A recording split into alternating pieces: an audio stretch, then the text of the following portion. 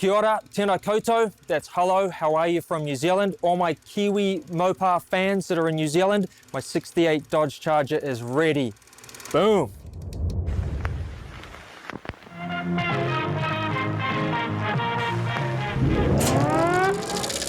They're coming to get you, Barbara.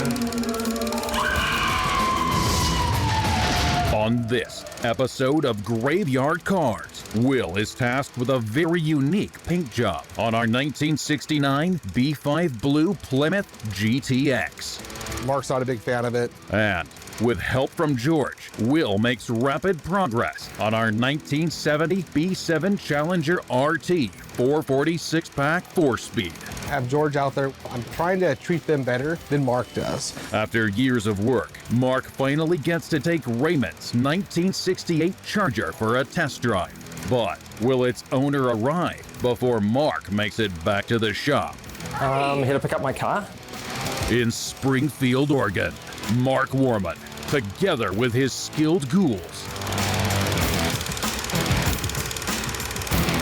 bring classic Mopar muscle cars back from the dead to look like they did the moment they left the factory floor.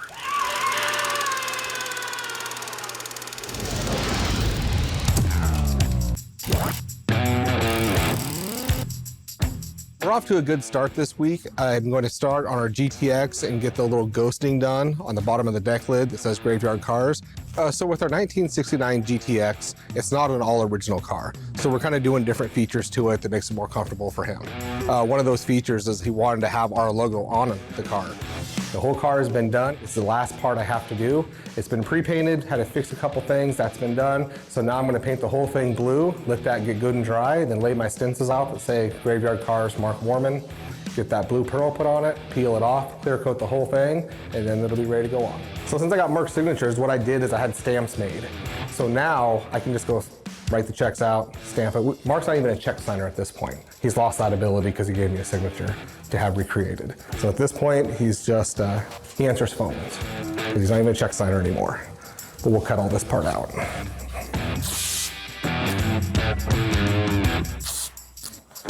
All right, good to go. Let's go get some paint.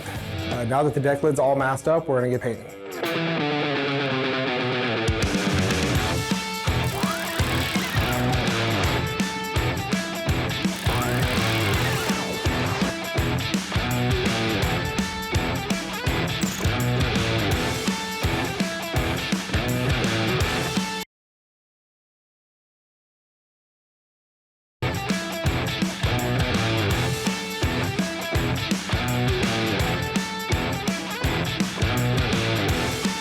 So we got the B5 Blue all laid out on this, and we are now ready to apply our stencil and get ready for the little Graveyard Carz logo.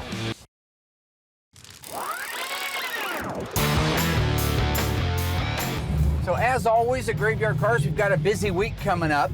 Will is doing some custom paint work on the deck lid of a 1969 Plymouth GTX. Now this is a cool little car. This was one of the very first Graveyard Dreams cars, where you could come to Graveyard Carz and say, hey, I want a car, I want a 69 GTX, I want a B5 Blue with white interior, and I can build that car for you. This was one of those cars.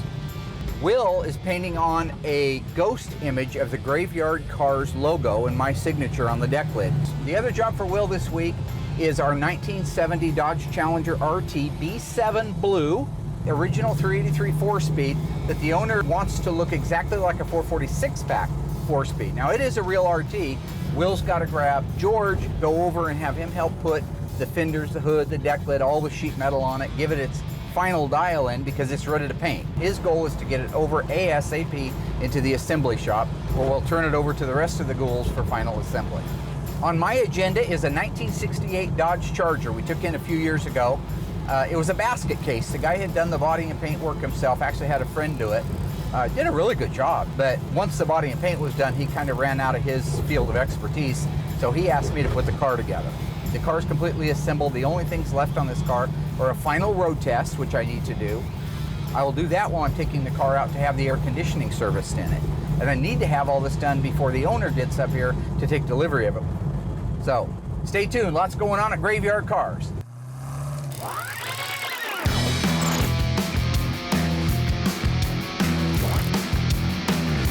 About 3 years ago, Mr. Raymond called me up, had a 1968 Dodge Charger he had been working on.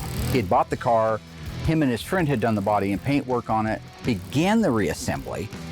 So him and I talked about it. I told him I wouldn't be responsible for the body and paint because I didn't do the body and paint.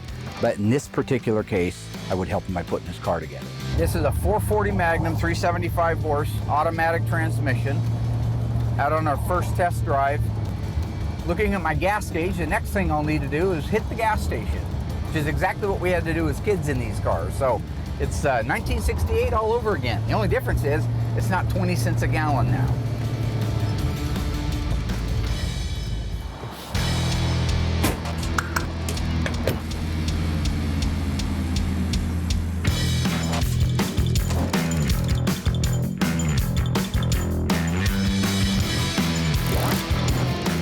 I paint these cars apart in most cases. If it's a metallic, the doors will be on it, the fenders will be on it, but the hood and deck lid are off. So I just count how many coats I do, and I make sure that I spray out of the same gallon. So I put the exact same amount of coats on here as I did the car. We're gonna do that little ghost graveyard cars image. The customer wanted it on there. Mark's not a big fan of it, but I think with the way this is gonna come out, he's actually gonna like it, and it's gonna look really classy on the car. All right, so these are our two stencils. We're gonna stick them on here, mask off the whole entire deck lid, throw a little color on it, unmask it, and we'll be clearing it. You don't want it to be bright and stand out too much. So I just simply took a nice blue pearl, laid a stencil out, got the graveyard cars on there. So it's a little subtle thing that you're not gonna see that much, but in the end will look great. This car is exactly a graveyard dreams car. This is a car that I went out and purchased specifically for the owner. He had reached out to me a few years ago and says, I'd love to have a 69 GTX, told me what all he wanted on it. So I went out and found a GTX that was actually a B5 Blue car. He's putting power windows on this car. He's putting air conditioning in this car. He's putting things on it never started life with. We're not making a fender tag to say all of a sudden it had all these things. The fender tag will tell you how the car started life. But when it comes to doing all the goofy painting and that stuff, I'm not a big fan of that. But he was so proud of us doing the car for him that he talked me into letting Will do the little logo there. And it's all right, you know, it's okay. It's not my cup of tea, but he's paying the bills and he can have what he wants. So while I'm applying the pearl, in between each coat, I just run constant air on it just to help dry it to kind of speed things up. When you do the pearls and try to go stuff in, you don't see it that well in the booth. So when I had that tape over the white spot, you could actually peel that back and see how far along your color's coming to know how many more coats you should do. I didn't do a spray out to say, hey, I need 5 coats exactly. So I have a good idea what it needs. So that's just kind of a little cheat thing that I do. I peel that tape back, I see what the original white looks like, and then I know how many more coats I need to do approximately. So I got 5 or 6 coats on there right now. I think that's enough. You don't want it to be too gaudy. I mean, he did want it ghosted in there. So at this point, I should be able to go in there, unmask the whole thing, clear coat it, and we're done. So the guy that invented that whole thing about branding your stuff, well, I don't know if he invented it, but he was cool. If you had a George Barris car, he had a crest, the Barris crest. And he would, like if you bought one of his cars, it would come with that Barris crest on there.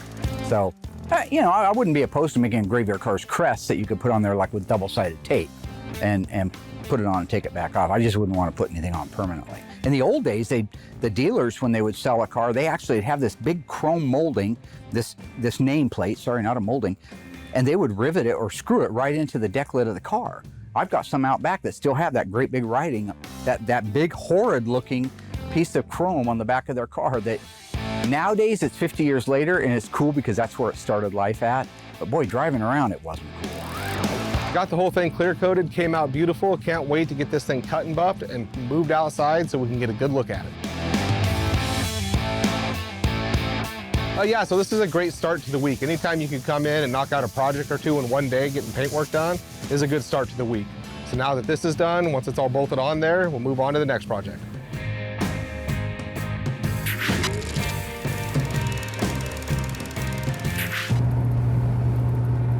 Okay, we got our fuel back up. I've got to drive this out to Eugene and have the air conditioning charged on it. We don't do that in-house anymore, so this is a great chance to do a test drive and get a feel for the car.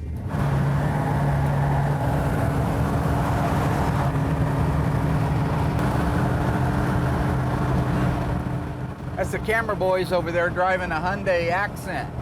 I don't pay them very well. You should get a job that pays better. It's a box. Everybody that knows me knows I like to have fun with the employees. All right, I like to tease them a little bit. I don't pay them minimum wage, so they could certainly get a better car than a Hyundai. I think when you're talking about buying a Hyundai, you're talking choices. All right, and I'm not here to slime any other particular car, but I mean, he's a young guy, right? He's single, and he's driving around in a Hyundai, right? That's just what I call a bad decision maker. Or not. Nope. Yeah. Right now I'm doing 70 miles an hour on the freeway. It feels good. It shifts at good points. It's tight, there's no vibration. I mean, this is really what it would have felt like in 1968 back in the day. Now this does have steel belted radials on it versus the original bias ply. So I'm sure it drives a little better from that too.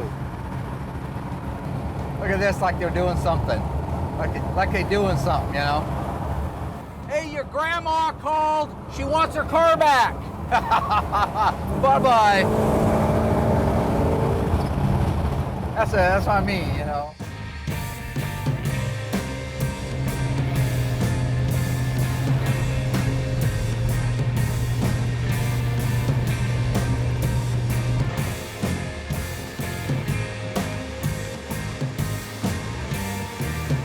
I just got out to the repair shop in Eugene. It's about a 10-mile drive. Everything worked great on the car. The track great, drove great, everything working like it's supposed to. My mechanic, he's gonna go ahead and charge the air conditioning. As soon as that's done, we'll disconnect. I'll head back over to the shop, and I think Kane's gonna be in this afternoon to take delivery of it. So, all good.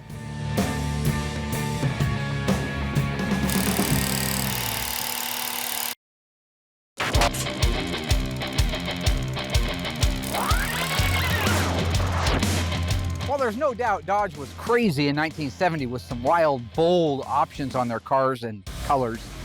They could also be subtle and classy. The 70 Challenger RT SE is a great example of that. The A47 package, special edition, got you things from the factory that were standard that were considered to be more luxurious. And the code for that package is A47. With that A47 package, you automatically got the rear trim finish panel on the back of the car. You got your belt moldings, back edge of hood, back edge of fender molding. You got a formed headliner with an overhead consolette. Consolette had 3 warning lights in it that would come on.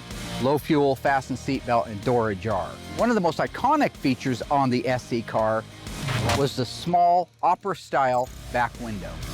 When these cars were built, between all of the luxury options that they had on them and all the outside styling, it made it a fast and luxurious muscle car.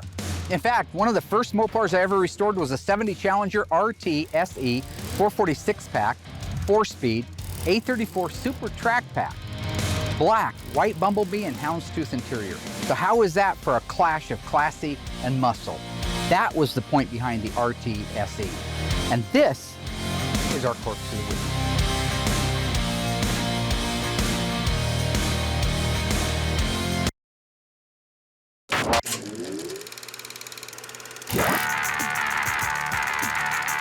With the air conditioning topped off in the car and blowing ice cold like it's supposed to, I can take off, head back over to Springfield. Now, one of the things I want to check for is shifting patterns. I want to make sure that they're right. I want to make sure we don't have vibrations when I take it up to high speed. Overall drivability of the car, just some last minute things. So right now the car feels really solid to me. As you can hear, it's idling good. It's in gear. It's idling at about 900 RPM, which is fine. It's an air conditioning car, so you need a few more RPMs. The exhaust sounds rich. I don't hear any exhaust leaks, which is really great. So I'm gonna take it down to first gear manual low and row through the gears. It's an automatic, so I'm just gonna wind it up a little. Here's second gear. Good solid shift and drive. And there you heard it go right into drive like it's supposed to. Everything working on it. Turn signal indicators. Our fuel gauge is working and accurate. Our temperature gauge working and accurate. Same with the oil pressure. I love it. Let go of the steering wheel. Tracking down the road, beautiful. So this is very successful. I'm excited. This is a great car. When you take into consideration the style of the 68 Charger, one of the most beautiful cars on the planet, and then that, it's just hard to argue with one of these cars. I'm gonna take it back, make sure we do a final wipe down, get the dust off of it, and then the owner will be in this afternoon. Another happy customer delivered. Gonna make everything good.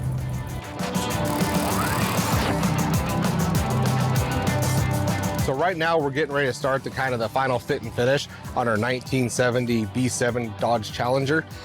It's just super important to make sure every nut, bolt is in the correct spot, making sure your gaps are good. We put it on the bin pack to relieve some of the pressure, to relieve the sag that happens sometimes when it's on a whirly jig. So with the Mintes car, it's one of the few that we've had here that they come in, is it running, driving. The car had been done in the 80s or 90s. Looked good, but wasn't quite up to our standard. So we brought the car in, and just like every other one, we dip them, start all over, and now he's got a nice, clean, all original Challenger. So we get it up there, we relieve that pressure, and then just go around just fine tuning the whole thing, because once everything's set, it stays that way through the rest of the process. So when we take it off the bin pack, it will sag, but you have to trust in what you did before. So when you get the car painted, buffed out, and it's done, it looks great. It might be off a little bit, but once you put it over an assembly side and put it back on the bin pack where it's got more stability underneath it, all those gaps look great.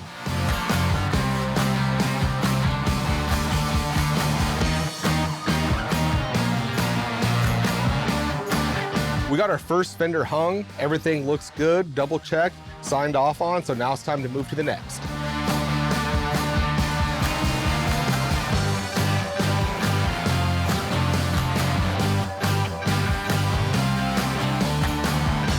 So we got the final fit and finish done on our 1970 Challenger. Everything came out just the way it should. So at this point, we're gonna roll it in the booth and get some color going on it. I am getting our database going. We have a new system that we're moving all of, because we're, oh God, who is that? Hi. Hi. I'm here to pick up my car. My name is Kane Raymond. I'm a chef. I've been chefing for 25 years now. I did a bunch of TV shows. I was on No Kitchen Required. You maybe might have seen me on there. Chopped, Food Fighters on NBC. I basically cook, man. That's what I love to do. Kane, oh, Melissa. Hi, nice to meet you. How Nice are to you? meet you too, I'm good. Oh. What's going on? I came up to Graveyard Carz to pick up my 1968 Dodge Charger that I've had restored here. I didn't know you were gonna be here today. Really? Honestly, yeah, so I hope does my dad know? Yeah, he's expecting me, I think. Yeah, I told him. Yeah, Okay. I told him I was coming. Okay. Well, I don't know, it's so hard to get a hold of that guy. Oh, okay. Yeah. I'll go hang out maybe with Will or something if that's cool. Yeah, Maybe no, look at totally. some cars and... Yeah, go ahead, Yeah, go all right, and awesome. grab Will. He'll probably know All more right, what's cool. going on, Thank you. hopefully. Good You're to welcome. see you. Nice to meet you. Nice to meet you too. Well, He's too young to have a car here.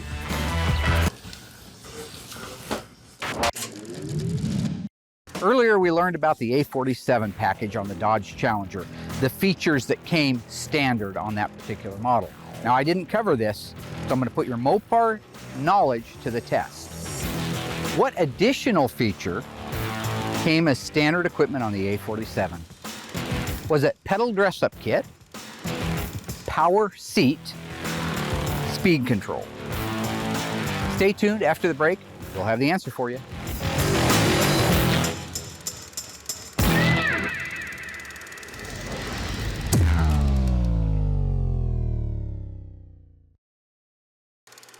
All right, ghouls, how did you do on our trivia question?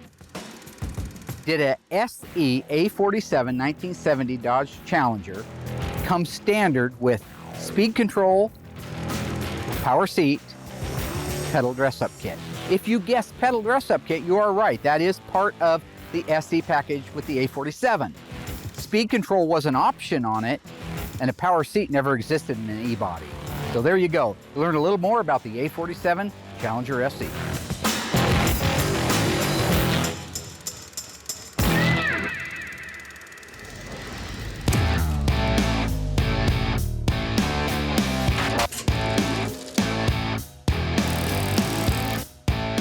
Right now we have our 1970 B7 Dodge Challenger in the booth. We're trying to get this car done. It's supposed to be 100 degrees today, and being that it's a metallic, the sooner we can get it done.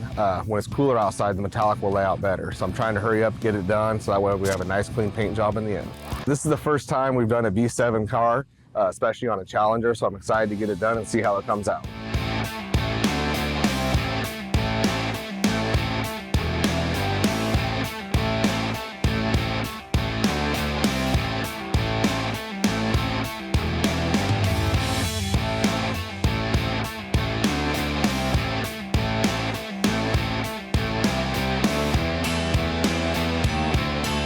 was kind of a rush job because once it hits 100 degrees, I just can't get that paint to lay down nice. So it was a little bit of a challenge to get it done on a shorter time frame.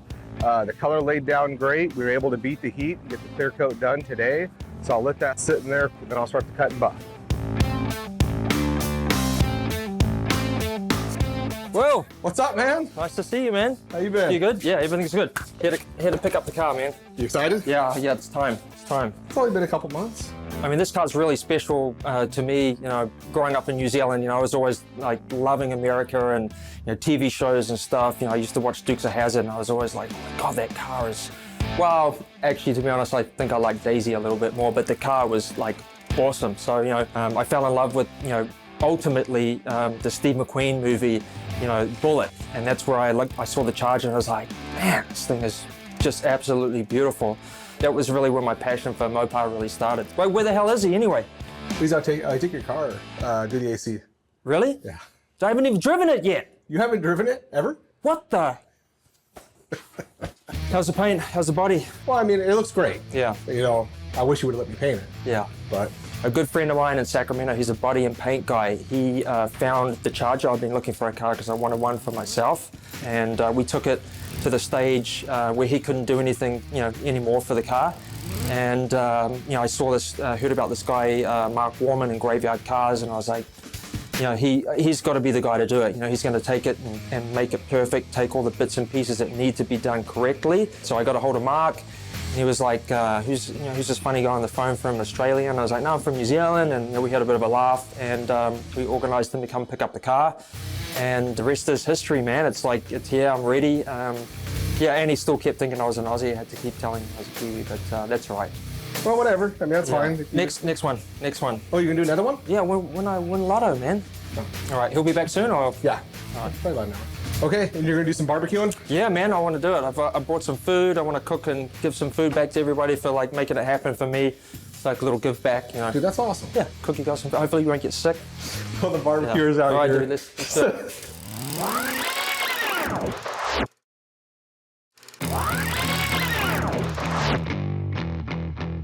It's a hot Saturday night, 1972, and you're going to A&W for the cruise-in. You want to look cool because we all did. So, which one of these beautiful classic American Mopar muscle cars would you choose? A 1970 Super B, 446-pack 4-speed bench seat B5 Blue, or one of 1920 Plymouth Superbird Alpine White with a 440 and an automatic transmission. Now for me, I always like the wing cars, but it's really hard to argue with the 6-pack. But it isn't about me. I want to hear if you make the call, which one would you drive? Go to Graveyard Cars right now and cast your vote. Next week, live on Facebook, we'll announce the winner.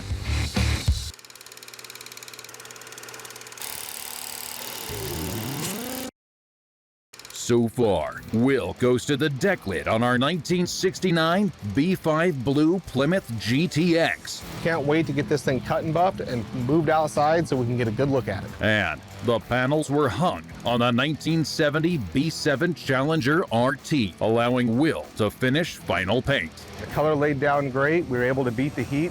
While Mark was out getting the air conditioning charged on the 1968 Charger RT, the owner, Kane Raymond, arrived at the shop and is anxiously awaiting its return. I didn't know you were going to be here today. Really?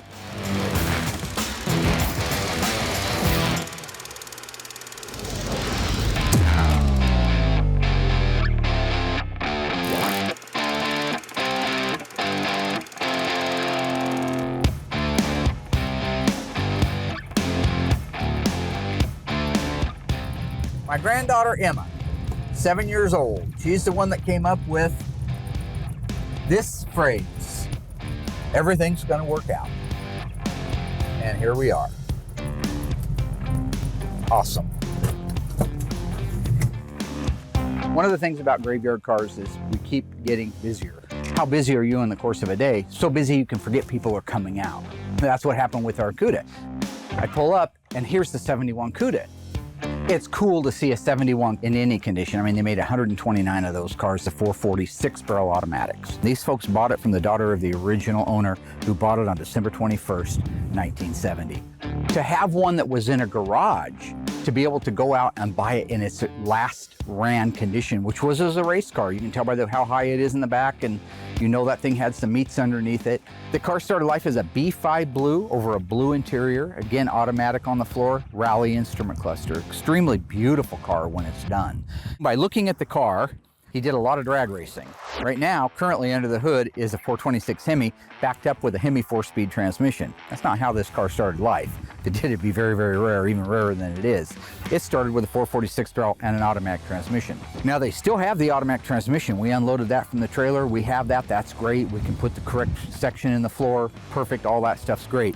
The original motor, you can't make that happen. It's gone. I happen to have a G71 440 HP that is perfect for that car that I've been saving for a 71 that deserved it, and I've got that. So that'll be one of the transformation things we do in addition to the restoration, is making it correct. The folks that own the car are really cool. They're retired federal prison guards. They don't want to sell the car and flip the car. A lot of guys open up a garage, you see a 446 barrel Cuda and you start seeing dollar signs. They don't care anything about that. They bought the car because they've always wanted it. They want to restore it back to the way it was on the assembly line, and we're going to help them do that. The original fender tag is gone. So the guy who had the car and bought it new probably took the fender tag off, put it somewhere really, really safe. So I am going to get together and have Dave Weiss come out. We're going to document the car so that we have that. I want everything done as right as rain, and I want as much documentation as possible. So when we're done and say it did or didn't have billboards, we know it. It did or didn't have disc brakes, we know it. All these things, so you can tell from the original DNA of the car once that car starts getting disassembled. Everybody's looking forward to working on the car because number one, it's such a nice body. It's going to spend zero time in there with George. It should make it right out to the mudroom as soon as we get it back from the dipper. We worked on one of the 108 446 barrel 4-speed Cudas, Legends. That was our Phantom Cuda. Now we're going to work on one of the 129 446 barrel automatics. What we do. Huh?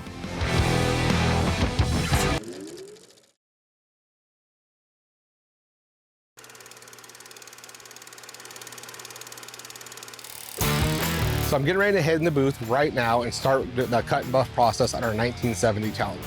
I'm going to start with 800, then I'm going to go to 1200, 1500, 2000, then 3000. So the car's already pretty much been cut, except it hasn't been done with 2000 yet. You can see it's still shiny through here because I stay off that line. So I do this just to protect it. Challengers are a little more tricky because we got a real sharp style line where a Cuda doesn't. So you kind of got to watch that line. So a lot of times I'll just mask off the line when I do my sanding and buffing to ensure that we don't burn. So it's takes a little bit more time than some of the other cars, but the end result's the same. I mask up all the edges just because I don't want to burn it. Because once you burn it, then sometimes it can be challenging trying to fix it. So I just would rather be safe than sorry, make sure those edges are all protected, and then that way I don't have to fix anything later. If you catch the edge, whether it be when you're sanding it or with the buffer, if you don't have those edges protected, you burn it. Because what that means is you actually sand off the 3 or 4 coats of clear coat, the however many coats of color that you have on there, and you can go right down to the primer. So you can have something that's actually 1 inch or 2 long, and it'll be primer underneath there. So you can literally take the paint off all the way down to primer on that. So that's why I just put the tape down to make sure I don't have any problems at all. All right, that should be enough.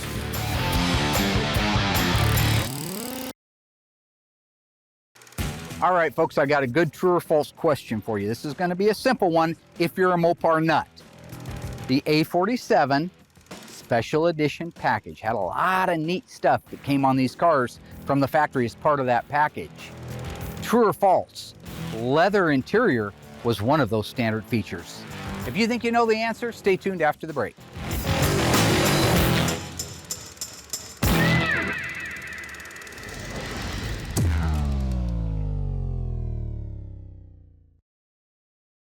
Okay, folks, how did you do on that one? On our corpse of the week, the 1970 Dodge Challenger RT SE A47 car, the question was, leather interior. Was it standard equipment on that car? If you said false, well, you were wrong. Now this is a little bit on the tricky side. The leather front seat inserts were standard on all SE cars. However, you could change that out for one of the houndstooth interior patterns, one of the cloth seat patterns. So if you remember me talking about the 70 Challenger RT SE 446 pack 4-speed Super Track pack, black car, white stripe, houndstooth interior, your answer lied in that. So I think I'm just rattling stuff off to be funny or cool or clever, which obviously I am all those. There's also knowledge in it. So knowledge is power.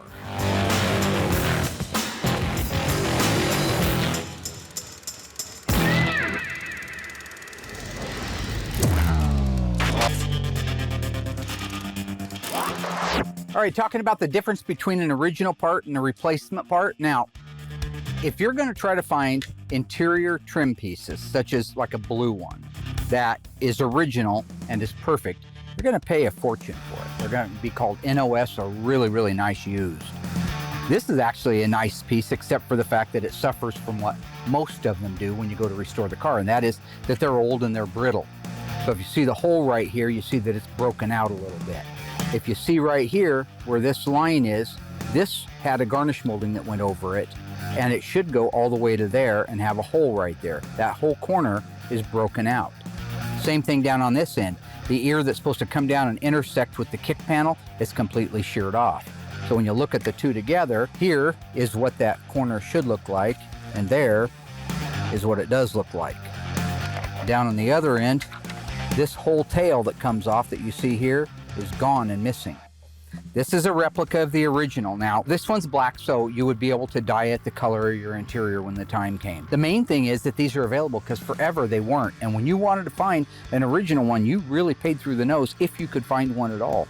So it's just another example of, in this case, if I had a mint condition set of original B5 Blue interior 70 Challengers, I'd use it, but I don't. So what do I want to do? Put a broken one back in, or a nice new one that's pliable, that won't break, dye it the right color, and go to the show.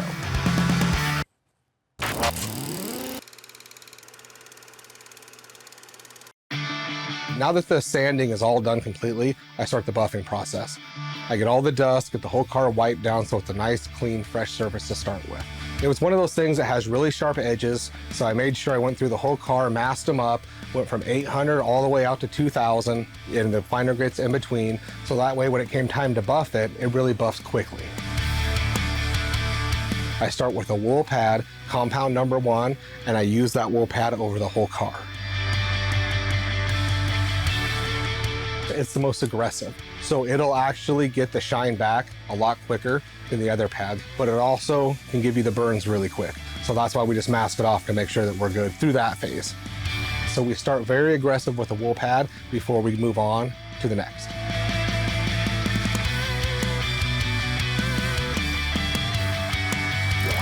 These cars are a process. Mark is very meticulous, on every nut and bolt has to be OE. If it's not OE, it's because a customer requested something else. But these cars take time. Trying to find qualified people to come in here and do what Mark and I ask is hard enough as it is. So right now I'm doing this by myself, so I have 2 weeks into getting that Challenger looking perfect to come over to assembly. But while I'm doing that, I have nobody else helping me currently out there in the shop, so you fall behind on stuff like this. So it's impossible to try to get a car done every episode. If you were to look at those cars done every episode a year later, they're not gonna look nearly as good as what we produce at a slower rate. The buffing process, like I said, it's kind of a tedious thing, so you just have to slow down, take your time, protect your edges like we always do. After that is done, I take it outside, give it a thorough wash, make sure all that compound is off completely, because if you don't get it off, it'll dry in the cracks and crevices, making it very hard to get out later. One of the things I really wanted to do when I came up here for not just Mark, but the whole team, Will and Alyssa and George and everybody, all the guys, was, really cook something for them. When I did No Kitchen Required, we went into these indigenous cultures and we worked with these indigenous people, and they would cook for us and we would cook for them, and we would sit around and we would eat together and we would laugh and talk and create stories, and these memories and stories are really important to who I am, especially coming from New Zealand. It's part of my culture, and I thought, what better place to come up here and cook something for Mark and the team and feed them and be like, thanks man, I really appreciate all your hard work. let me do something for you, you know? Let's eat a meal together, let's talk, let's share some stories about what's happened with the car and everything, and come to this sort of, you know, this really cool place. I decided to do something pretty simple for everyone. You know, I was gonna make like a really nice light coleslaw. It isn't really heavy mayonnaise based. It's like cabbage and carrots and onion and all these fresh vegetables that are raw with, you know, mint and cilantro and all these fresh herbs. And I did some little Moroccan grilled prawns, shrimp. You know, Mark's always shrimp, mate. You know, I'm like, got this Australian accent going on. He cracks me up. But again, I had to be like, Mark, I'm a Kiwi, man. Stop with the Australian. So we did some really cool grilled shrimp on this wicked AMG grill. I mean, it's next level. I cannot believe it. I really actually want to get one. It was awesome. So some grilled prawns on top of that, and then I made a really nice little spicy green onion and Japanese like mayo that goes on top. So, you know, it's like a little sweet shrimp, a little spicy mayonnaise, and then this fresh salad on a brioche roll. It's like, it's a sandwich, but you know, it's like there's heart and soul in the food, and you know, it's it, man. It's it.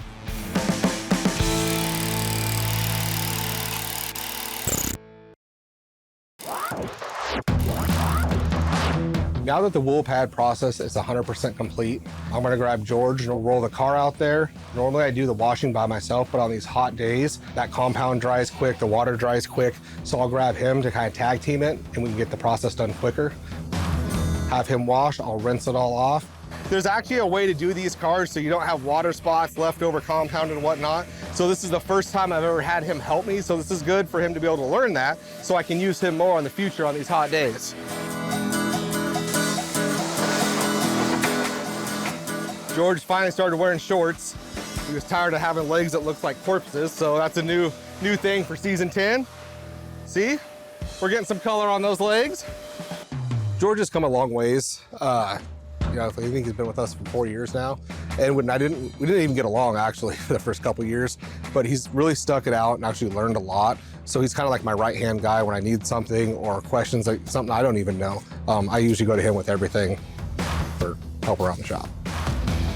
Even though it's hot, you don't have to worry about it burning the paint. I don't get that close to the panel, and we're kind of just a good once over because George just went through and pretty much done all the legwork already. So you're really not sitting on one spot and just running it on there. It's kind of an overall wash. See, when I was a kid, I used to wash these cars, and then Mark would stand here and he'd make sure I was soaked by the time it was all over. So I'm a much better teacher than Mark ever was. George isn't all wet. I'm not making a mess out of him. I got to be honest, I appreciate that. You're welcome. He would make me hold the seat belt out, and then he would run that pressure washer right up to my hand, which would totally soak me, and then sometimes it'd be funny to hit my hand, which that hurts. So now that we have our own teams and I got my own guys, I'm not gonna go with the path that Mark does. I don't give a damn what you think you are entitled to. So I have George out there with me. We washed the car, I didn't soak them. I'm trying to treat them better than Mark does. So Mark believes in really beating them down and then bringing them back up so they can really appreciate being down. So with my team, I just try to, right now they're like the D team. And because they all showed up this week, I've moved them up to a D+. So in my way, it's very easy for them to rise quicker. And then by doing that, they also take better care of me in the long run. Back in the old days, I used to bicker with everybody here. Uh-oh. Hey, boss. Give him a hard time because I used to go the same path as Mark. But now I don't go his path anymore. Did you get a name tag, George? Uh-oh. Yep. Now we're all about, you know, keeping people higher, build morale, keep them in a good mood all the time. That way they perform better. George and I did a great job. He did a great job. It's pretty basic on what you have to do. You just have to be thorough. The car is completely washed, looks great, rolled back into the booth, chamoised down, and ready for the next process. We've already done the paint work, the cut and buff is done, it's all been washed up and it's completely spotless now. Now is the time where we go in, mask the car up completely, and then start the undercoat process. Not every car gets undercoated. The ones that we do were factory done already, so we just make sure we always replicate that. It's nice to have it on there because it does quiet the noise down a little bit. I don't put it on as heavy as the factory does, because I like it to look a little bit cleaner so you can see the quality of repairs we've done when it comes to putting in floor pans and whatnot. But it's a quick process, prevents, you know, the underside of the car getting beat up, and we do it to almost every car here. I like the undercoating. I think it looks great and it does serve a purpose. If it was my car particularly, I would want to paint it, but not the factory gray. I would like to see the underside of the car painted just as good as the outside of the car. The undercoating is actually a very quick process. We have a great setup. It allows you to go in there once the car is masked up and just spray. So it's just the most important thing is to make sure you get in all the cracks and crevices, cover the whole entire thing. It takes about 20 minutes to do, and it does take a good week or two to actually fully dry.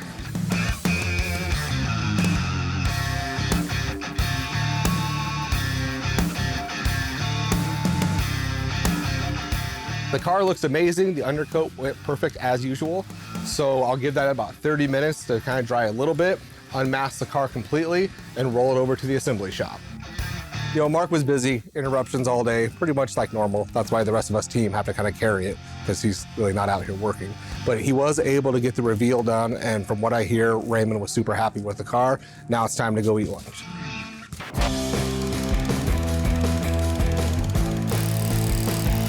Okay, come on in, lunch is ready. Let's do this.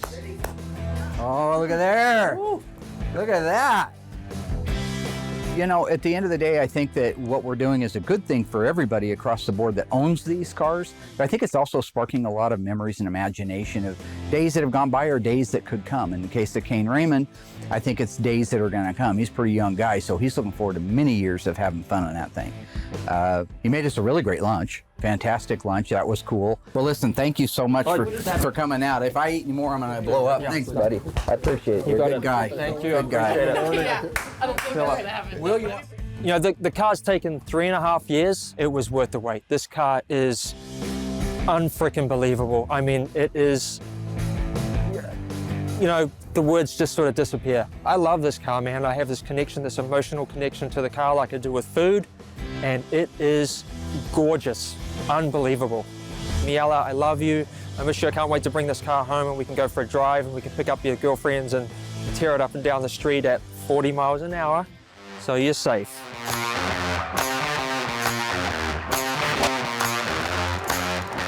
Hey, we had a great week at Graveyard Carz. Things went well. I'm surprised Will was able to do all the things that were on his wish list. He got our ghost imaging done on the deck lid of the 1969 GTX. It looks really good. I think the owner's gonna love it. Will also managed to work with George on getting all the sheet metal hung on the 70 Challenger RT, 383 originally, now a 446 pack 4-speed car.